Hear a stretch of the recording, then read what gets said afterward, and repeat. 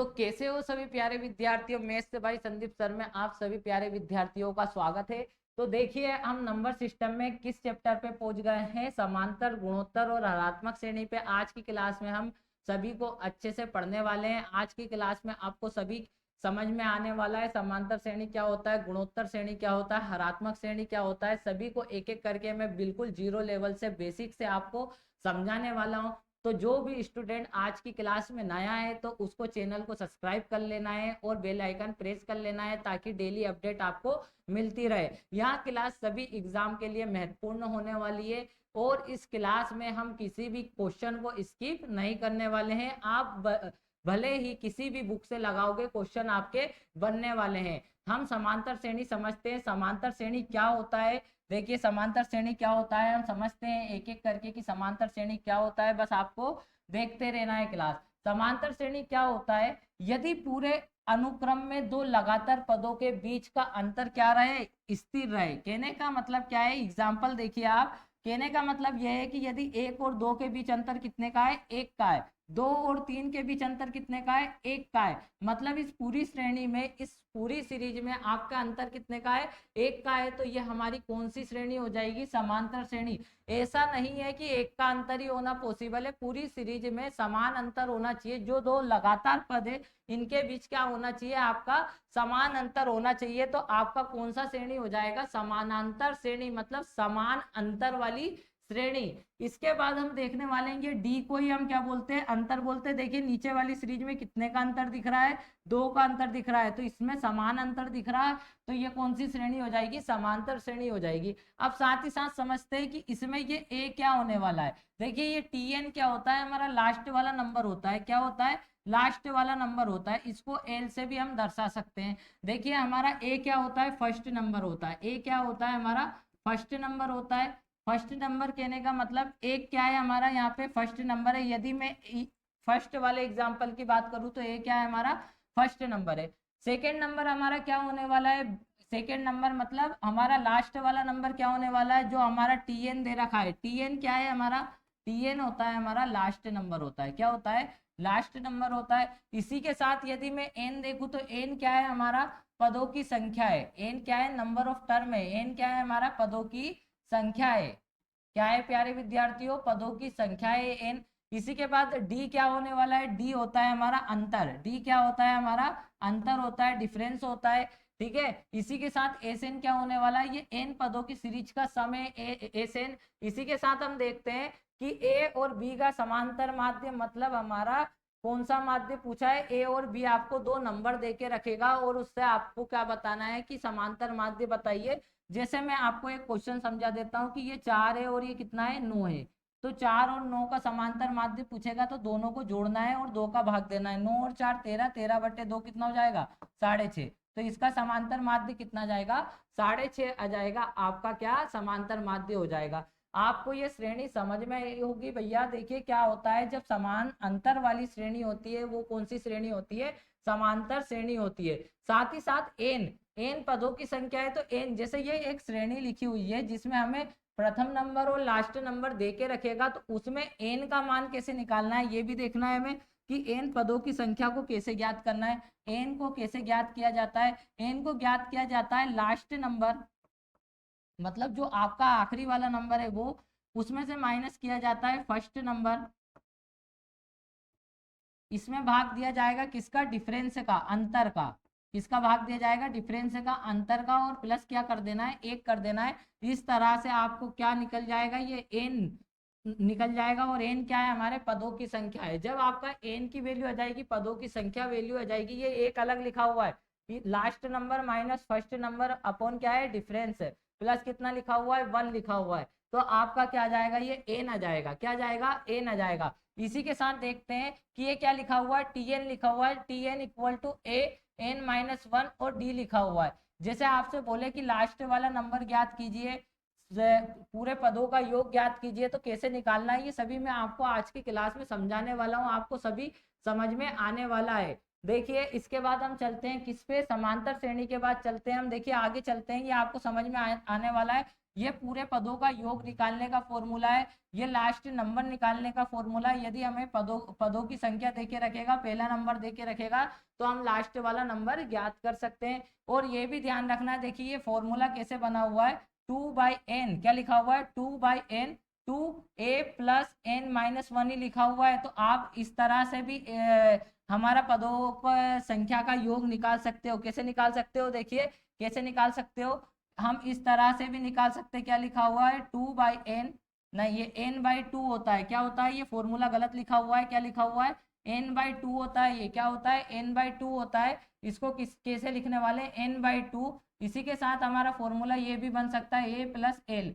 L क्या है हमारा, एल है हमारा क्या, a+n-1d। एल की जगह ये रखेंगे तो हमारा ये वाला फॉर्मूला बन जाएगा पदों की संख्या का योग। समांतर श्रेणी में पदों की संख्या का योग इस तरह से भी हम निकाल सकते हैं। आपको अभी आगे क्वेश्चन करेंगे तो सभी समझ में आने वाला है। देखिए आगे मैं लेके चलता हूँ, आगे क्या देखते हैं कि गुणोत्तर श्रेणी क्या होती है, हमारी जीपी क्या होती है, ठीक है ना।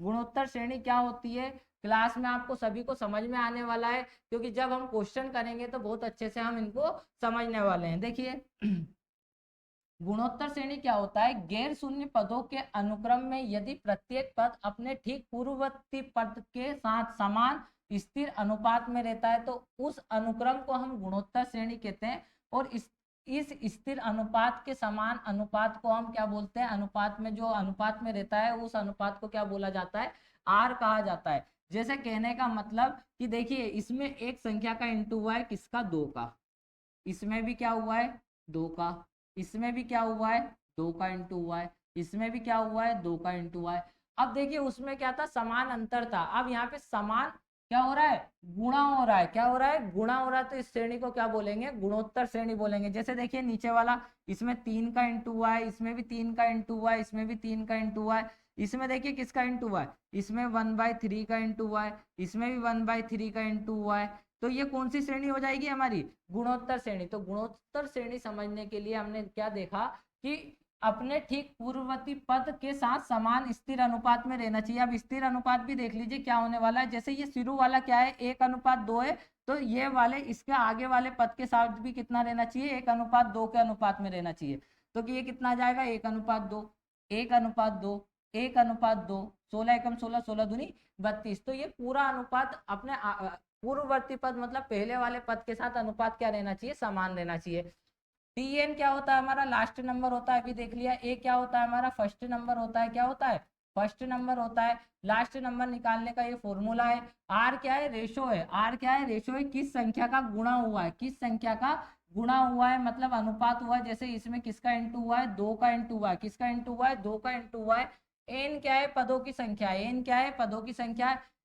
जब हमें अनंत तक पदों की संख्या का योग निकालना होगा तो a/r-1 करेंगे। और यहाँ पे r हमेशा क्या होने वाला है, r हमेशा 1 से बड़ा होने वाला है। 1 से क्या होने वाला है, बड़ा, मतलब यहाँ पे 1 आ जाएगा। 1 आ जाएगा तो भैया पूरी संख्या क्या हो जाएगी, 0 हो जाएगी। इसलिए यहाँ पे 1 से क्या होने वाला है, बड़ा होने वाला है हमेशा r, ठीक है। इसके बाद देखिए a और b का गुणोत्तर माध्य निकालना है। जैसे मैंने अभी बताया आपको, 4 और कितना लिखा हुआ है, 9 लिखा हुआ है। इसका गुणोत्तर माध्य निकालना है तो कैसे निकालेंगे, अंडर रूट के अंदर 4 नमक 36 और 36 का क्या आ जाएगा, 6। तो गुणोत्तर माध्य कितना आ जाएगा, 6 आ जाएगा। जैसे मैं एक श्रेणी से आपको समझाने की कोशिश करता हूँ। जैसे कितना लिखा हुआ है, 1 2 4 और ये कितना लिखा, 8। यहाँ पे पदों की संख्या कितनी हो गई है, 4 हो गई है। कितनी हो गई है, 4 हो गई है। यदि हम इन पदों की संख्याओं को जोड़ेंगे, इन पदों की संख्याओं को जोड़ेंगे तो कितना आ जाएगा, देखिए 8 और 2 10, 10 और 4 14 और 1 15। ये सिंपल श्रेणी है तो हमने इस तरह से जोड़ लिया है।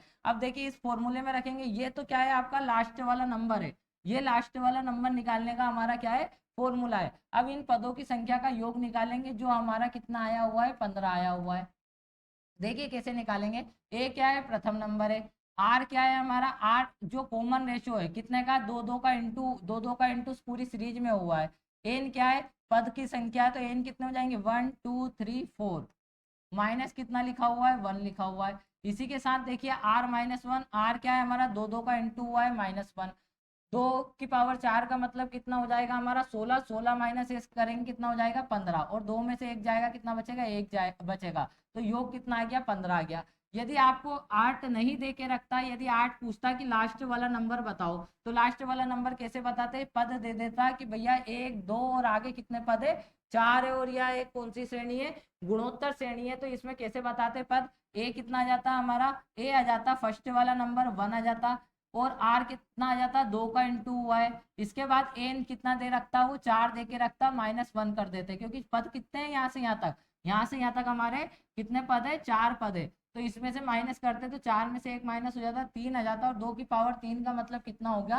8 हो गया। तो जो लास्ट वाला नंबर इस तरह से हम निकालेंगे। यदि कोई श्रेणी अनंत तक दे रखी है तो उसका भी हम योग निकाल सकते हैं। आप सभी को ये गुणोत्तर श्रेणी समझ में आया होगा। अब आगे चलते हैं कि हरात्मक श्रेणी क्या होती है, जीपी क्या होती है, इसको भी समझने वाले हैं आज की क्लास में हम।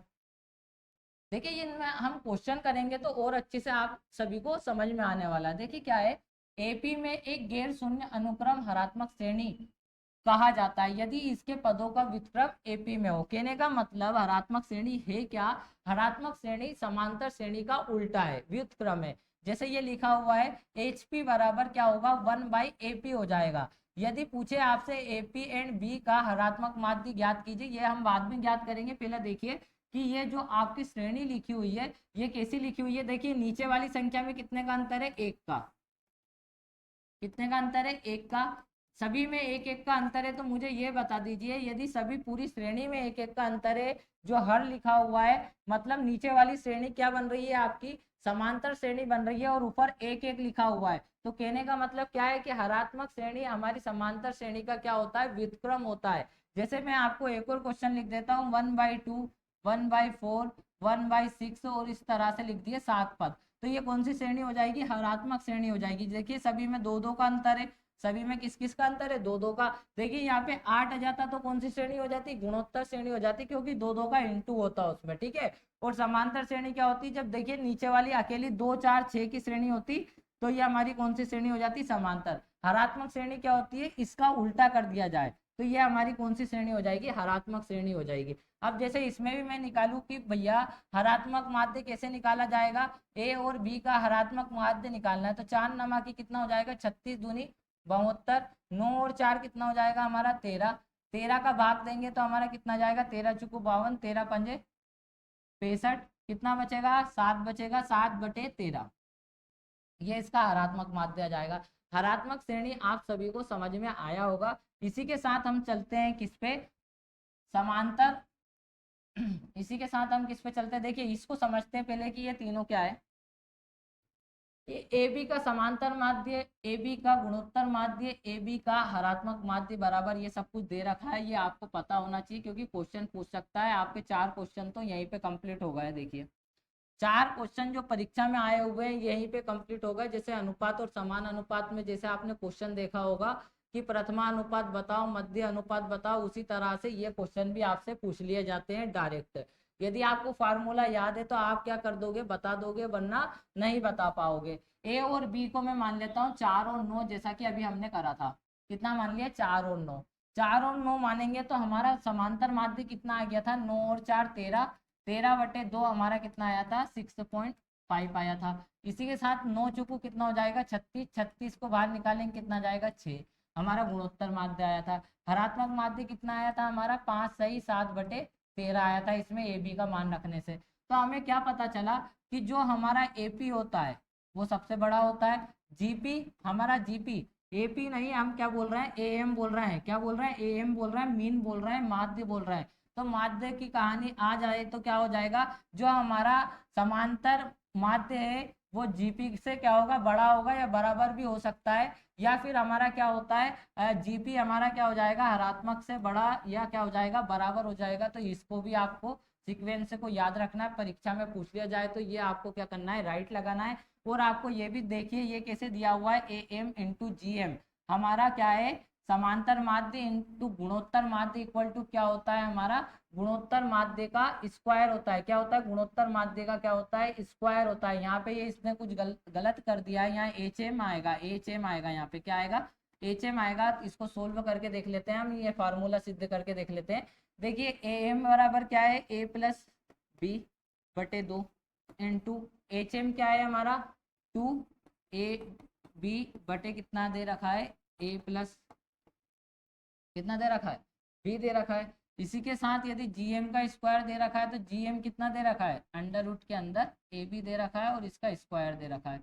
ये प्रूफ यानी दोनों इक्वल आ जाएंगे तो हमने फार्मूले में यहाँ पे क्या कर लेना है, एच एम कर लेना है। देखिए ए बी से ए बी क्या हो जाएगा, कैंसिल, दो से दो कैंसिल हो जाएगा, ये कितना हो जाएगा ए बी इक्वल टू, इससे ये कैंसिल हो जाएगा तो ये कितना आ जाएगा ए बी। तो आपको एक ये प्रॉपर्टी भी याद रखना है कि ए एम मतलब समांतर माध्य इंटू हरात्मक माध्य इक्वल टू क्या होता है, गुणोत्तर माध्य का स्क्वायर होता है। क्या होता है, गुणोत्तर माध्य का स्क्वायर होता है। तो ये आपको ध्यान में रखना है, मतलब इनको नोट से में आपको छाप लेना है ताकि भैया ये एग्जाम में आए तो आपको पता चल जाए कि हाँ हमने इस तरह से इनको पढ़े थे, और आपको याद भी करना है। जैसे हम अनुपात और समान अनुपात में क्या पढ़ते हैं, प्रथमा अनुपात, द्वितीय अनुपात, तृतीय अनुपात, उस तरह से। अब देखिए ये क्या लिखा हुआ है, समांतर माध्य गुणोत्तर माध्य मतलब एजीपी, मतलब मिक्स श्रेणी आ गई है। ये यदि श्रेणी को पहचानना है आपको कि ये कौन सी श्रेणी है, ये बनी कैसे हो गए, देखिए एक श्रेणी इसमें कौन सी है हमारी, समांतर माध्य वाली, मतलब समांतर श्रेणी है, मतलब एपी है।